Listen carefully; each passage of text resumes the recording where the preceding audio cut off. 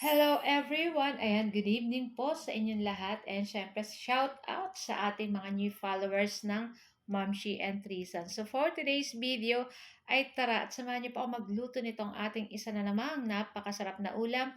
Walang iba kundi itong ating ginisang sayote na may konting pork para mas masarap.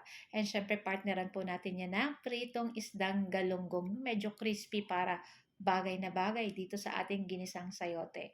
So, yun na nga guys. So, meron tayo ditong pork. Ayan. Sinangkot siya na natin iyan. At pag ganyang brown na guys at luto na rin, pwede na nating igisa yung ating bawang at yung ating sibuyas.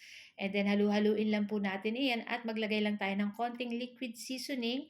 At pagkatapos pwede na po nating ilagay dyan yung ating 2 pirasong kamatis na in-slice lang natin ng katamtamang sukat. Ayan. Tapos after nyan, maglagay na tayo ng konting toyo, konting oyster sauce, and then halu-haluin po natin. Tapos maglagay tayo ng konting sugar para pang-balance dito sa ating lulutuing ginisang sayote. So, ayan na nga. After nyan, ilagay na po natin dyan yung ating sayote. So, gumamit po ako ng 4 pirasong sayote. Yung sayote guys, ang 1 kilo ay 50 pesos. Kaya itong ating nabili ay lampas 1 kilo pero 59 pesos. 4 pirasong malalaki naman yung sukat niya. So, yan nga. At pagkagisa natin ng ating sayote, syempre maglalagay po tayo ng katamtamang tubig para may sabaw-sabaw po yung ating gulay dyan.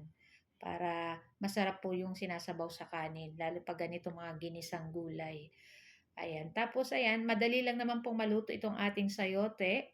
Kaya, konting minuto lang ay maluluto naman po yan kaagad. So, lutuin lang natin yan sa katamtamang apoy. And syempre, yung ating isda, guys, sinugasan na natin yon at nilagyan na rin natin ng asin para masarap na pag pinirito natin, may alat na. Ayan. So, binabad na natin siya sa asin. So, ayan na nga at luto na itong ating ginisang sayote. So, sa ating kawali naman, ayan, nagpainit lang tayo ng ating mantika.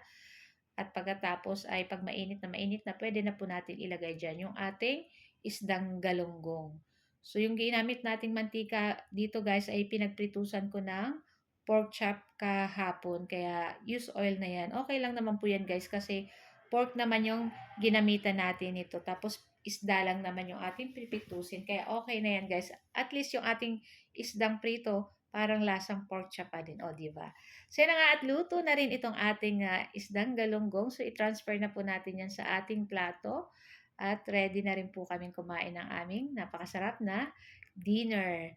Kaya kung wala pa kayo naisip guys na ulam, punta lang kayo dito sa page ng Mamshi and Trisans at marami po kayo maiisip na pwede nyong lutuing ulam. So guys, ayan, ito lang ang ating video today at sana po ay nag-enjoy kayo. Thank you guys for watching and see our next video again. Ciao! Bye! Ciao!